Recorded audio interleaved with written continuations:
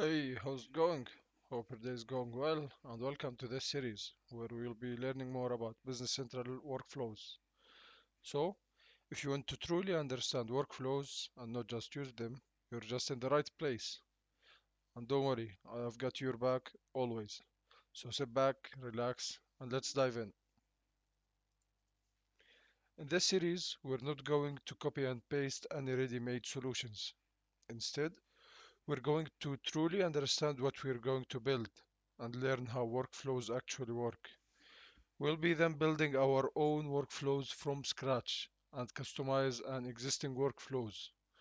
And we'll be exploring approvals and how are they integrated with the workflows. And we'll be looking at the technical and functional sides of the system. So, whether you're a consultant or an end user or a technical developer, don't worry, we're covering both sides.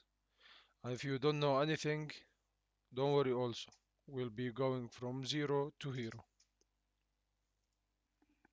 Okay, so first of all, let's start by understanding what is a workflow. We can think of a workflow as a connection of customizable business tasks. But let's simplify that. Think of it as a chessboard, where you, as a business owner or a consultant, you have your predefined pieces, where each piece has its own moves and actions and behavior. You don't create these pieces from scratch. They are already there. You just control how they move. And by combining those pieces in different ways, you will build your own strategy.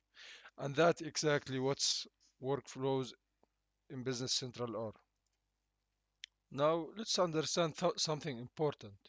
Business Central was built for thousands of users with a variety of different policies and different approval structures and different business cycles and different validation rules even. So, developers can't hard code every possible business scenario.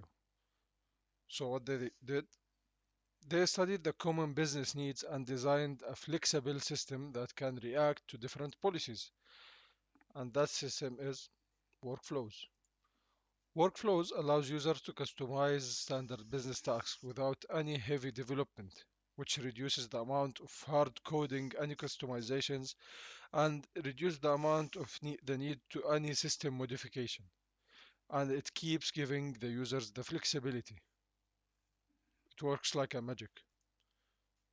To think of the workflows in a practical way, we can think of the approval workflows or the document posting automations or even the custom validations on any record and even conditional business rules. So, for example, your company requires approval for any sales order below $10,000, while other companies require an approval for any sales orders below $1,000. You can simply create the workflow, activate it, and that's it. Everything everything qualifying the sales orders require approval. Let's go further. After the approval, if you want the document to be posted automatically without the need for the user to go back and post it manually, you can define this action in your workflow. You can simply add it as a response step, and that's it. Everything is working fine. And now, let's dive deeper, especially for those technical fellows. The workflows are mainly built around two main concepts, the events and the responses. To define a workflow, there are several steps required to initiate it and then the user to use it. First of all, we'll be starting from the developer side, where the developer defines the events and defines the responses, and then insert them to their related tables, and then define the logic inside code units, and define where and when will they be triggered. This is the backend structure. Once that's done, here the user role comes in, where the users can see those events and responses in their UI. They can combine them and the conditions and then activate the workflow. After activation, the life cycle begins. For example, when a user clicks send approval request in Business Central, the approval event is triggered.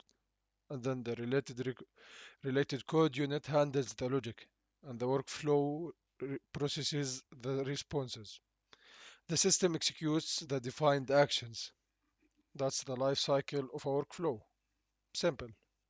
In the next videos, we're going to dive in deeper of what we have discussed today. So be prepared and stay tuned. See you.